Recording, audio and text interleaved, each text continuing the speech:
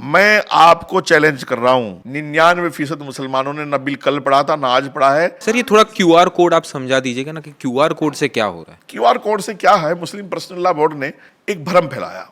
कोई लीडर है, कोई बड़ा लीडर, ओवैसी जी हैं ये वो, उस लीडर ने कुछ बोल दिया आके, तो जनता हमारी इतनी बेवकूफ़ है या इतनी अंधी है, भोली है कि जो तुमने बोल दिया वो सही, अब हम इसके अगेंस्ट हो गए। जो अमेंडमेंट्स जो हुए हैं ना, वो आज थोड़ा क्लियर करते कि क्या एक्चुअली अमेंडमेंट्स हुए हैं।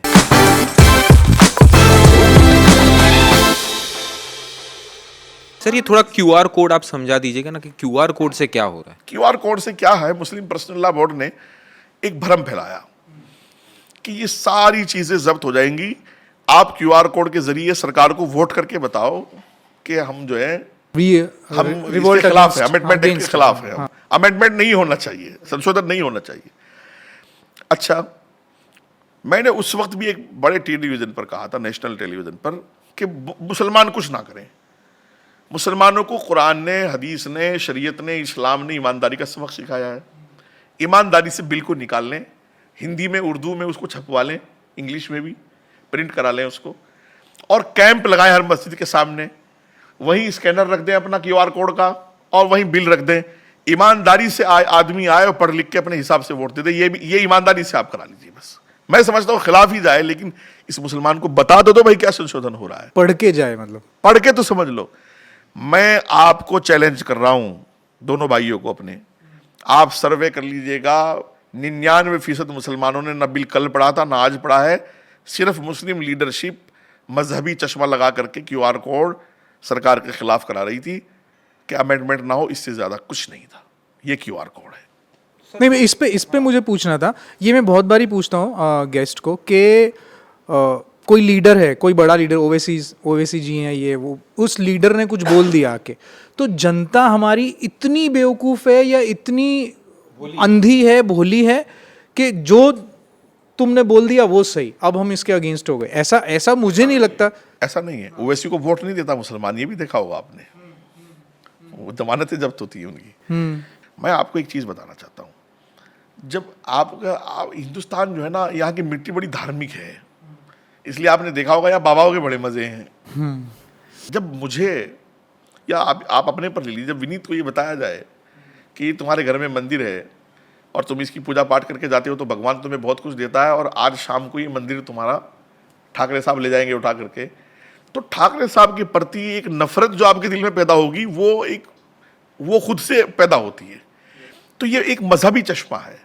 मुसलमानों को इस बात के लिए मजबूर किया गया, बताया गया कि कब्रिस्तान जो बड़ी बड़ी जगहें पड़ी हैं इनको कब्जा करने के लिए, और जो बड़ी बड़ी वक्फ की प्रॉपर्टीज पड़ी हैं, बड़ी बड़ी मस्जिद मदरसे पड़े हैं, इनको कब्जा करने के लिए सरकार अमेंडमेंट करना चाहती है, और उठा करके सरकार अपने कब्जे में कर लेगी और आपको कुछ नहीं मिलेगा।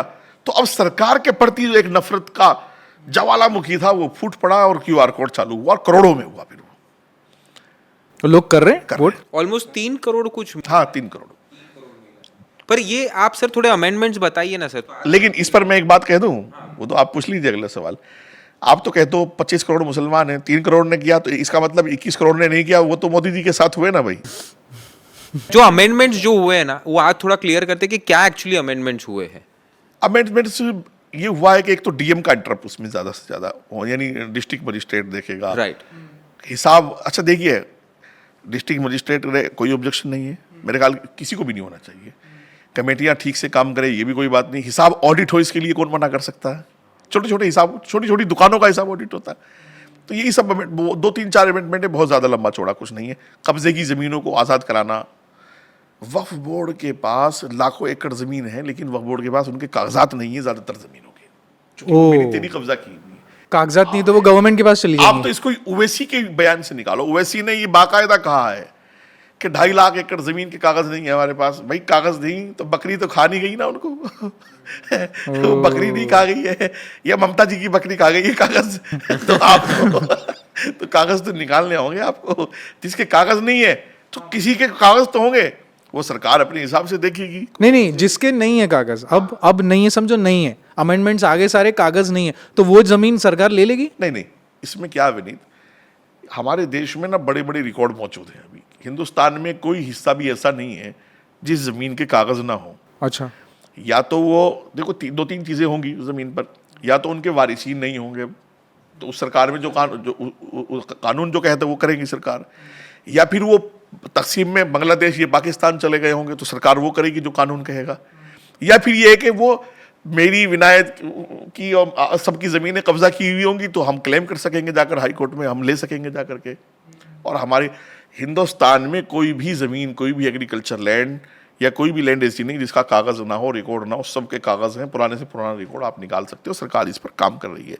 सरकार का एक मंशा ये भी था इसमें वक्फ में अमेंडमेंट करने के लिए कि जो मेरी और आपकी जंग है वो आसान हो।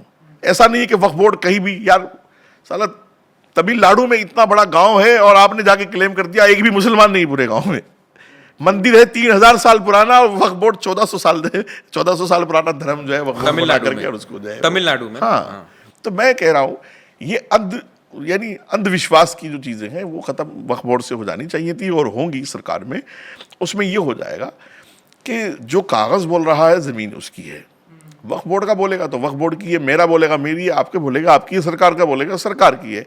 अब इनको डर ये सता रहा है, भाई खुद ओवैसी साहब इसको एक्सेप्ट कर चुके हैं अपनी स्पीच में, तकरीरों में, कि हमारे पास लाखों एकड़ जमीन के कागज नहीं है। भाई क्यों नहीं है कागज?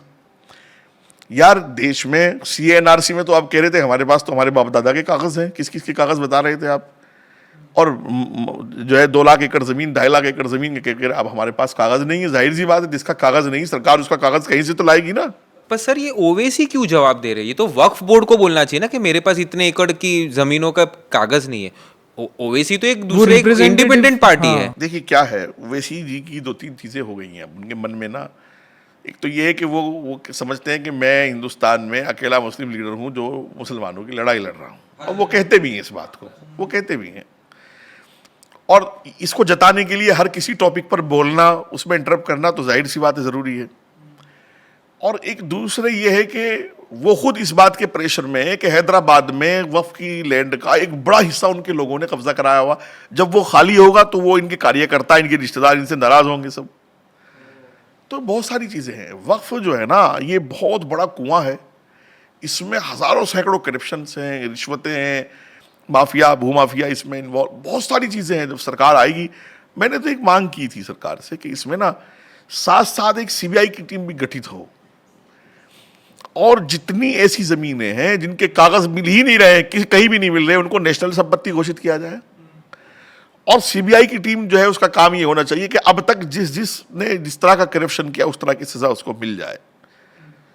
तो मेरे ख्याल में कहता हूं अगर 8 लाख एकड़ में से 50,000 एकड़ जमीन भी वक्फ बोर्ड के पास सही सलामत मोदी जी ने दे दी तो हजारों करोड़ रुपए उसी से मुसलमानों को मिल जाएंगे और बड़ा भला मुसलमानों का हो जाएगा। नहीं भाई, इसमें आपको क्या लगता है ये 10 साल क्यों लग गए बीजेपी को ये करने देखिए में? और बहुत मुद्दे आपने देखा कि अब वो है एक लिस्ट हो, वो मैं समझ गया था कि एक लिस्ट है, फिर आप बोल राष्ट्र के जो प्रथम एकदम चीजें थी जो राष्ट्र से बहुत, आप क्या समझते हो आप, कश्मीर मुद्दा राष्ट्र से एकदम डायरेक्टली जुड़ा हुआ था। पूरे देश में कश्मीर को लेकर के कैसी अराजकता थी आपने नोट की। बात बात में पाकिस्तान जो है UN जाके खड़ा हो जाता था, बात बात में पाकिस्तान जो है अमेरिका को खत लिखता था, और हालात कितने ख़राब थे। और मैं नहीं समझता था कि कश्मीर के मुद्दे को UPA की सरकार अच्छे तरीके से डील कर रही, और करती तो यहाँ तक नहीं होते हालात। हमारा जो एक चीज़ और मैं क्लियर करता हूँ कई बार, वो मुसलमानों से कहता हूँ, कट्टरवाद से निकलो। हमारा धर्म तो मुसलमान है, हम इस्लाम हैं, मुसलमान हैं। अब वो हम परिवर्तित हैं, कब हुए कब नहीं हुए, इन सब चीज़ों में हम नहीं घुसेंगे। लेकिन जो हमारा DNA है, जो हमारा कल्चर है, जो हमारी संस्कृति है, वो सनातनी है। आपको सनातन से नफरत करके आप अरबिक मुसलमान नहीं बन जाओगे। अरब के लोग नहीं कह देंगे आपको कि आ जाओ बाहें खोल करके आपका स्वागत है, ये ईरानी मुसलमान नहीं बन जाओगे आप सनातनी मुसलमान हो, सनातनी मुसलमान रहो।